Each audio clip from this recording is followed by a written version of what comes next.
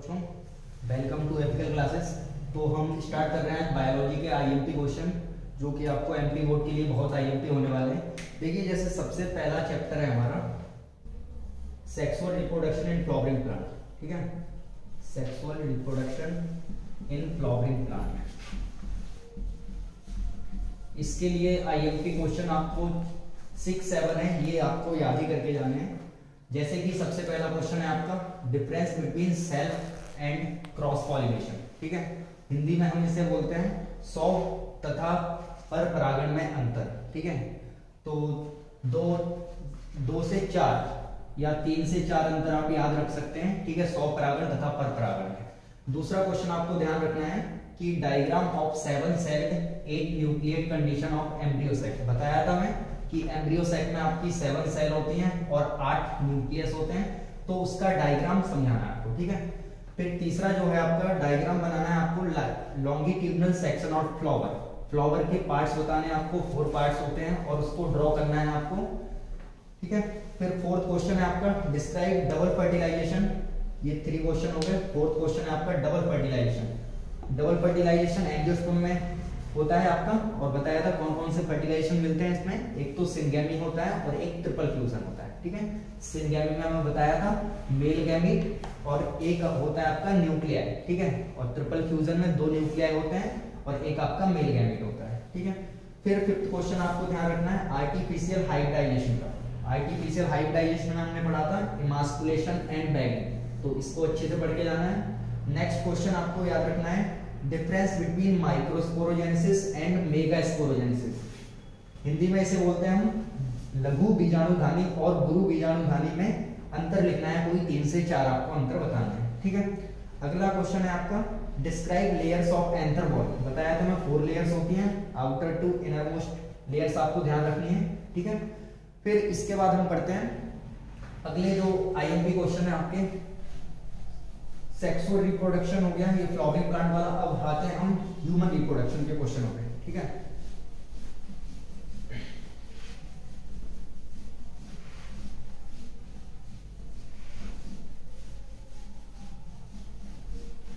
तो देखिए human reproduction में क्या क्या आपको ध्यान रखना है। तो ह्यूमन रिप्रोडक्शन के आईएमपी क्वेश्चन में सबसे पहले मैं 2 मार्क्स के लिए आपको बता दूं। ठीक है, तो 2 मार्क्स के लिए आपको सबसे पहला प्लेसेंटा के कार्य ध्यान रखने हैं, फंक्शन ऑफ प्लेसेंटा। ठीक है, अगला 2 मार्क्स के लिए आपको दूसरा क्वेश्चन ध्यान रखना है व्हाट इज कोलेस्ट्रॉल। हिंदी में बोलते हैं कोलेस्ट्रॉल क्या है। ठीक है, हमें पता है कोलेस्ट्रॉल फर्स्ट मिल्क होता है। ठीक है, जो मदर बेबी के लिए होता है। इसके बाद आप 3 मार्क्स और 4 मार्क्स के लिए मैं दोनों के लिए बता रहा हूँ, 3 and 4 मार्क्स दोनों के लिए। ठीक है, या तो वो 3 में आ सकता है या फिर वो 4 में आ सकता है, दोनों में से किसी एक के लिए। ठीक है, आपका क्वेश्चन है difference between spermatogenesis and oogenesis। Difference between spermatogenesis and oogenesis। ठीक है, शुक्राणुजनन तथा अंडजनन में कोई अंतर बताने हैं आपको 3 से 4। ठीक है, इनके बीच डिफरेंस बताना है। नेक्स्ट क्वेश्चन है आपका what is menstrual cycle and it's phases.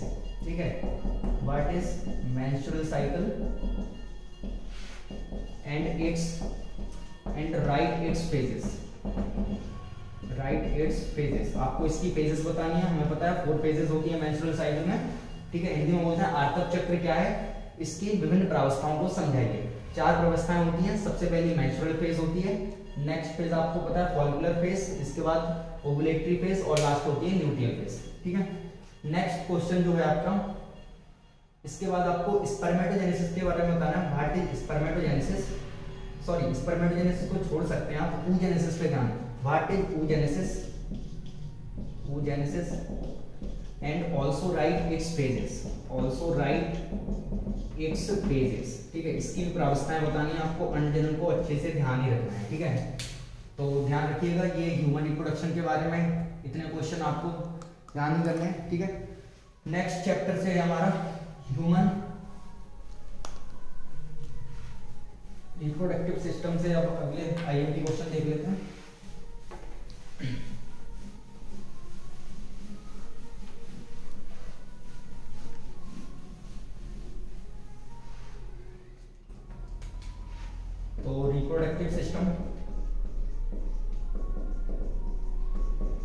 इसके बारे में भी हम सबसे पहले 2 मार्क्स क्वेश्चन देख लेते हैं। 2 मार्क्स में आपको ध्यान रखने हैं कौन कौन से। 2 मार्क्स के लिए सबसे पहला जो मोस्ट आईएमपी क्वेश्चन है आपका test tube baby. Test tube baby, ठीक है, क्या होता है इसकी डेफिनेशन, ठीक है, तो 2 मार्क्स में डेफिनेशन ही आती है बेसिकली। दूसरा आपको ध्यान रखना है एमटीपी की definition, medical termination of pregnancy, ठीक है, medical termination of pregnancy, MTP, termination of pregnancy, ठीक है। अगला क्वेश्चन है आपका, कुछ के नाम आपको फुल फॉर्म लिखने हैं, जैसे जेडआईएफटी, जाइगोट, इंट्राफैलोपियन ट्रांसफर, ठीक है, इसी प्रकार गैमेट, इंट्राफैलोपियन ट्रांसफर, गिफ्ट हो गया। इसके अलावा, ठीक है, एआरटी होता है, artificial reproductive technique, IUT, intrauterine devices, ठीक है, इन सबके आपको फुल फॉर्म ध्यान रखने हैं। फिर इसके बाद 3 to 4 मार्क्स के क्वेश्चन, 3 to 4 मार्क्स में इसमें से बहुत ही रेयर क्वेश्चन आते हैं, लेकिन आप ध्यान रखिएगा, ठीक है। पॉपुलेशन डेंसिटी क्वेश्चन है, पॉपुलेशन की डेफिनेशन, ठीक है, पॉपुलेशन की डेफिनेशन 2 मार्क्स को मिला के आपको 4 मार्क्स का आ जाएगा। पॉपुलेशन की डेफिनेशन और जनसंख्या वृद्धि को रोकने के उपाय, ठीक है। तो पॉपुलेशन अगर एक्सपेंड कर रही है, पॉपुलेशन इंक्रीज कर रही है, तो उसका रोकने के उपाय, ठीक है, क्लियर है। तो पॉपुलेशन डेफिनेशन हो गया, पॉपुलेशन इंक्रीज हो रही है तो उसको रोकने के उपाय हमें बताना है, ठीक है। टेस्ट ट्यूब हो गया, एमटीपी हो गया, जिफ्ट, गिफ्ट, एआरटी और आईयूडी हो गया, ठीक है। इसके अलावा एक और क्वेश्चन बचा है आपका एमनियोसेंटेसिस, ठीक है, एमनियोसेंटेसिस, ये भी ध्यान रखना है आपको, एमनियोसेंटेसिस क्या है, ठीक है। इसके बाद हम नेक्स्ट प्रिंसिपल ऑफ इनहेरिटेंस पे आते हैं।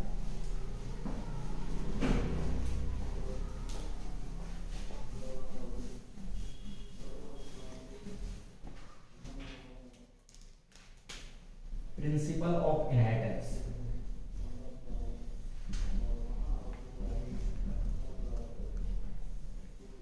प्रिंसिपल ऑफ इनहेरिटेंस में आपको सबसे पहला जो क्वेश्चन है वो आपको आना चाहिए टेस्ट क्रॉस के बारे में, ठीक है। तो डेफिनेशन ऑफ टेस्ट क्रॉस, परीक्षार्थ, टेस्ट क्रॉस, परीक्षार्थ क्रॉस क्या होता है, ठीक है, सबसे पहला क्वेश्चन। दूसरा क्वेश्चन आपको आना चाहिए होमोजाइगस और हेट्रोजाइगस में अंतर, ठीक है, समयुग्मजी और विषमयुग्मजी में अंतर। तो difference between homozygous and heterozygous, homozygous and heterozygous, ठीक है, समयुग्मजी एंड विषमयुग्मजी में अंतर, ठीक है। दूसरा क्वेश्चन ये आना चाहिए। अगला आपको आना चाहिए मेंडल्स के लॉ, ठीक है, मेंडल्स लॉ। इसमें भी आप फर्स्ट एंड सेकंड पे फोकस ज्यादा करिएगा, first and second. First law of dominance था, ठीक है, law of dominance, and second जो था आपका second law of independent assortment, ठीक है, स्वतंत्र अभिवहन का नियम, ठीक है। तो मेंडल्स के लॉ ध्यान रखने हैं आपको। फिर इसके बाद आपको एक डाइहाइब्रिड क्रॉस भी ध्यान रखना है, डाइहाइब्रिड क्रॉस, जो कि आपका सेकंड लॉ पे ही फॉलो होता है, ठीक है, Mendel law of independent assortment, law of independent assortment, independent assortment, ठीक है, इंडिपेंडेंट असॉर्टमेंट। डाइहाइब्रिड क्रॉस किसका कराना है आपको कराना है capital R capital R, capital Y cross small R small R, small Y small I, round and yellow seed, wrinkled and green seed, ठीक है। तो इसका डाइहाइब्रिड क्रॉस कराना है। फिर इसके अलावा कुछ डेफिनेशन और, डेफिनेशन ऑफ लिंकेज, ठीक है, लिंकेज हो गया। इसके अलावा आपको कुछ और शॉर्ट नोट में आ सकते हैं, short note on down syndrome, ठीक है, डाउन सिंड्रोम हो गया, टर्नर सिंड्रोम, ये दोनों थोड़ा ध्यान रखिएगा, ठीक है, down syndrome and Turner syndrome. फिर डेफिनेशन, लिंकेज, ठीक है, इसकी ध्यान रखिएगा। इसके अलावा पेडिग्री, पेडिग्री की भी थोड़ी डेफिनेशन ध्यान रखिएगा, ठीक है।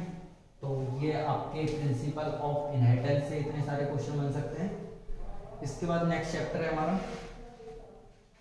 Molecular basis of inheritance.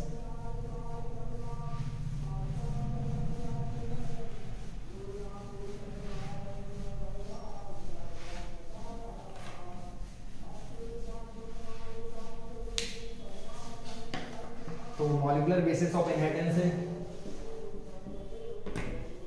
IMP question देखिए, मॉलिक्यूलर बेसिस ऑफ इनहेरिटेंस।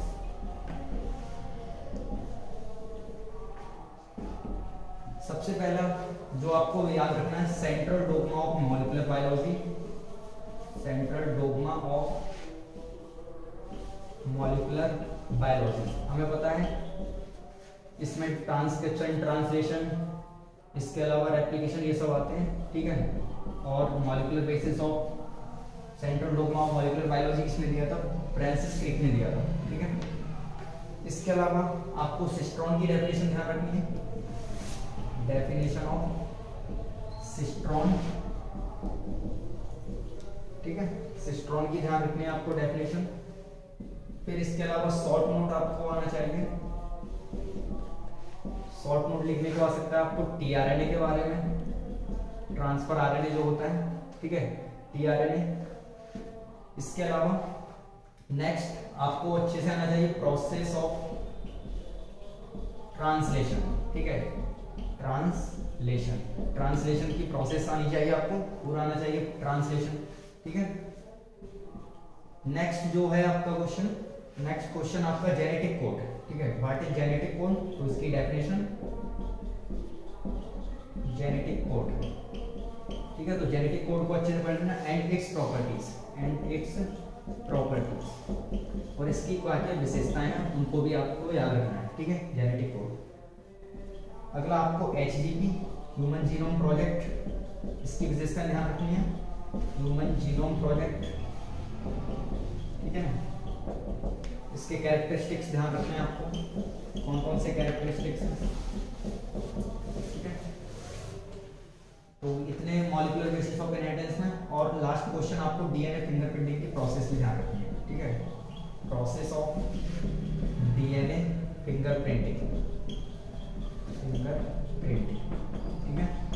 और एक और 2 मार्क्स में अगर ऐड करना चाहें तो 2 मार्क्स में आप ऐड कर सकते हैं चार्गाफ रूल, और इस पे based question, Chargaff rule and its question, बताया था मैंने, चार्गाफ रूल पे बेस्ड क्वेश्चन। जैसे कि अगर एक क्वेश्चन में लिखूं, क्वेश्चन इस प्रकार से कि in a DNA if adenine 16% then find percentage of cytosine, then find percentage of cytosine. इस प्रकार से क्वेश्चन आपके चार्गाफ रूल से सॉल्व होंगे, ठीक है। नेक्स्ट हमारा चैप्टर है मॉलिक्यूलर बेसिस के बाद अगला चैप्टर आता है आपका इवोल्यूशन। समझिए जरा इवोल्यूशन से क्या क्या आईयूपी बन सकते हैं।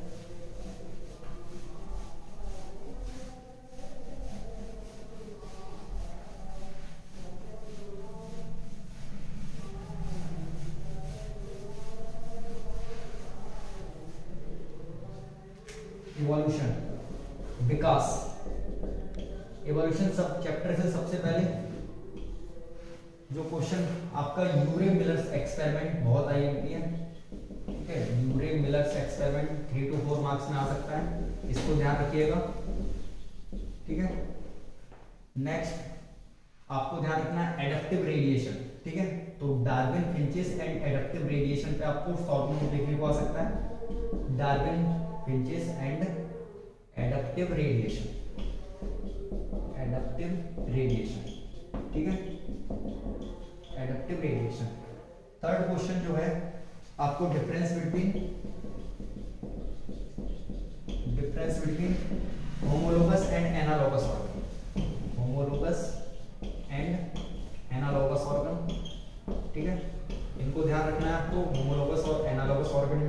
एंड तक, ठीक है। नेक्स्ट जो है आपका होमोलोगस एनालोगस हो गया, डार्विन फिंचेस हो गया, ठीक है, एडप्टिव रेडिएशन हो गया, यूरे मिलर्स एक्सपेरिमेंट हो गया, ह्यूमन एवोल्यूशन की प्रोसेस बतानी है आपको, ठीक है। और इसका टाइम पीरियड कौन किस समय में ऑरिजिनेट हुए, जो लास्ट में लिखोगे आपको ह्यूमन के बारे में, ठीक है, तो उनके बारे में बताना है। इसके अलावा इस चैप्टर में और कुछ नहीं है ज़्यादा, और एक डेफिनेशन भी ध्यान रख लीजिएगा कि व्हाट इज म्यूटेशन, और थोड़ा एक और क्वेश्चन देख लीजिएगा, नेचुरल सिलेक्शन,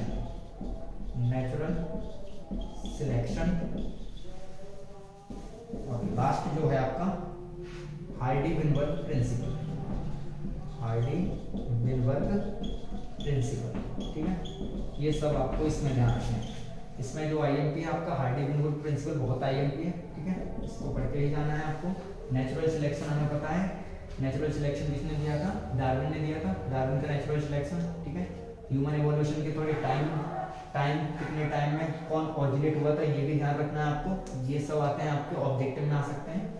इसके अलावा difference between homologous and analogous organ, कोई 3 to 4 आप डिफरेंस लिख सकते हो, ठीक है।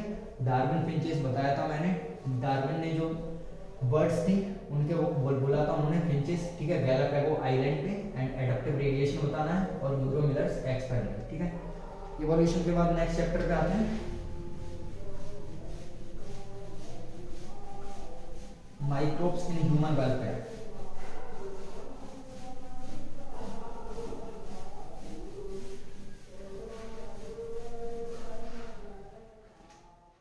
माइक्रोब्स चैप्टर में देखिए कौन कौन सा आईएमपी माइक्रोब्स। सबसे पहला तो आपको सीवेज ट्रीटमेंट प्लांट एसटीपी, ठीक है, सीवेज ट्रीटमेंट प्लांट एसटीपी के बारे में पता होना चाहिए। इसके अलावा आपको sewage treatment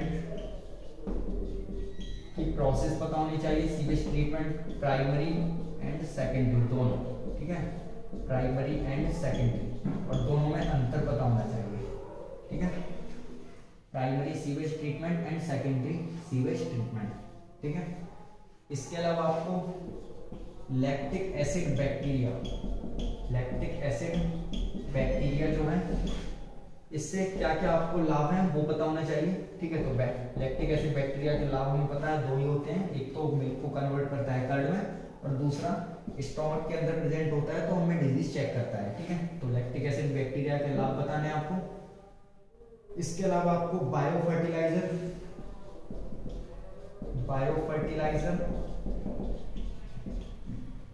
and bio control, इन दोनों को बताना है, bio control and bio fertiliser, ठीक है, इनके एग्जाम्पल्स के साथ। इसके बाद आपको माइक्रोब्स के अंदर बायो कंट्रोल हो गया, बायो फर्टिलाइजर हो गया, लास्ट आप बता सकते हैं एंजाइम्स, कुछ एंजाइम्स, ठीक है, बताया था लाइपेज, पैक्टिनेज एंड प्रोटीएज, ठीक है, लाइपेज, पैक्टिनेज एंड स्ट्रेप्टोकाइनेज। इसके अलावा कुछ केमिकल्स भी बता सकते हो आप, इसमें केमिकल्स ध्यान रखना है, ठीक है, और बायोएक्टिव मॉलिक्यूल, ठीक है, ये सब आपको इस माइक्रोब्स चैप्टर में याद रखना है, ठीक है। नेक्स्ट आपका बायोटेक्नोलॉजी, दोनों चैप्टर को मिला के बता रहा हूँ मैं क्या क्या क्वेश्चन आपको याद रखने हैं।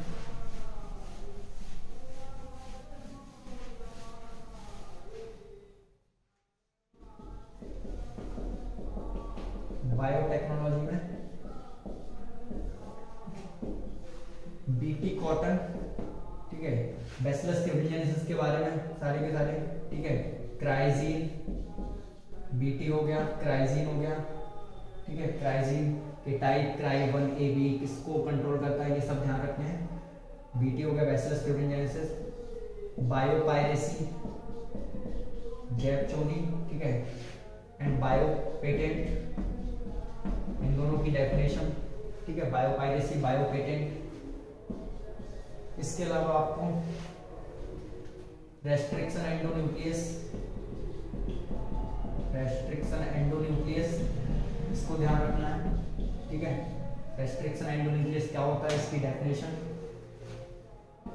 फिर इसके बाद RDT, recombinant DNA technology, recombinant DNA technology, इसको अच्छे से पढ़ के जाना है, ठीक है। इसके अलावा आप जीएमओ क्या है, जेनेटिकली मॉडिफाइड ऑर्गेनिज्म, इसको अच्छे से पढ़ के जाना है, जेनेटिकली मॉडिफाइड ऑर्गेनिज्म, ठीक है। और इसी में आपको ध्यान रखना है जीएम क्रॉप, तो नेक्स्ट क्वेश्चन ही लिख लेता हूँ, जीएम क्रॉप, ठीक है। जीएम क्रॉप ये भी ध्यान रखना है, जेनेटिकली मॉडिफाइड क्रॉप होती है, ठीक है, जो जीएम कॉटन वगैरह रहती है, तो ये बायोटेक्नोलॉजी। और इसके अलावा पीसीआर, पॉलीमरेज चेन रिएक्शन, ठीक है, इसकी प्रोसेस ध्यान रखनी है। पॉलीमरेज चेन रिएक्शन में 3 स्टेप होती हैं, आपको पता है, पॉलीमरेज चेन रिएक्शन, ठीक है। ये आपको बायोटेक्नोलॉजी के लिए बहुत आई होती है। इसके बाद हम आते हैं इकोसिस्टम पे।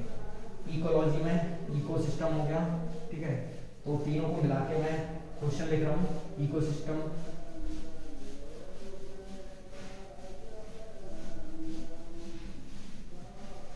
तो इकोलॉजी के लिए आईएमपी क्वेश्चंस।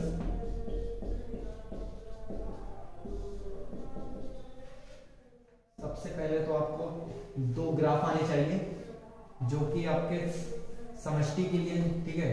तो उससे पहले डेफिनेशन थोड़ी, definition of population density, population density, इसके अलावा बर्थ रेट, ठीक है, कॉमन डेथ रेट, इन सब की आपको डेफिनेशन ध्यान रखनी है, ठीक है। दूसरा क्वेश्चन है आपका ग्रोथ मॉडल्स। ग्रोथ मॉडल्स दोनों आपको ध्यान रखने हैं। एक होता है आपका एक्सपोनेंशियल, एक्सपोनेंशियल जो कि आपका जे से बनता है, जे से ग्राफ होता है इसका, ठीक है। और एक रहता है आपका लॉजिस्टिक, लॉजिस्टिक ग्रोथ मॉडल जो कि एस से होता है, सिग्मॉइड से होता है, ठीक है। दूसरा क्वेश्चन हो गया। तीसरे क्वेश्चन में आपको ध्यान रखना है कुछ इंटरेक्शंस, इंटरेक्शन की डेफिनेशन, इंटरेक्शन डेफिनेशन, इनकी परिभाषा एंड इट्स एग्जांपल, और इनके एग्जांपल एक एक दो, ठीक है, बस एक एक ध्यान रखोगे काफी है। कौन कौन से इंटरेक्शन आपको ध्यान रखना है, तो एक हो गया आपका पैरासिटिज्म, पैरासिटिज्म, ठीक है। इसके अलावा कमेंसलिज्म, कमेंसलिज्म, म्यूचुअलिज्म, म्यूचुअलिज्म, ठीक है। ये 3 आपको इंटरेक्शन ध्यान रखने हैं, ठीक है। ये फिर इसके बाद अगला क्वेश्चन आपको ध्यान रखना है इकोसिस्टम के प्रोडक्टिविटी का, ठीक है। तो प्रोडक्टिविटी में आपको डेफिनेशन देखिए कौन कौन सी है। डेफिनेशन आपको ध्यान रखनी है। Primary productivity, primary productivity, PP मतलब primary productivity, gross primary productivity, net primary productivity, gross को बोलते हैं सकल प्राथमिक उत्पादकता, नेट प्राथमिक उत्पादकता, प्राथमिक उत्पादकता, इन सब की डेफिनेशन। इसके अलावा secondary productivity, SP means secondary productivity, द्वितीयक उत्पादकता, ठीक है। फिर इसके बाद डेफिनेशन हो गई इसकी। फिर इसके बाद आपको एनर्जी फ्लो बताना है इकोसिस्टम में, ठीक है। तो energy flow in ecosystem, in ecosystem, ecosystem में जो 10% एनर्जी ऊपर जाती है आपकी, ठीक है। प्रोड्यूसर के ऊपर रहते हैं आपके प्राइमरी कंज्यूमर, उनके ऊपर सेकेंडरी कंज्यूमर, तो 10% एनर्जी क्या होती जाती है, ट्रांसफर हो जाती है, तो एनर्जी फ्लो समझानी है, ठीक है। अगला आपको डिफरेंस बताना है, difference between food chain and food web, ठीक है। खाद्य श्रृंखला और खाद्य जाल में अंतर, food chain and food web, ठीक है। इन सब में आपको अंतर बताना है। इसके बाद इकोलॉजी में और कुछ भी क्वेश्चन है।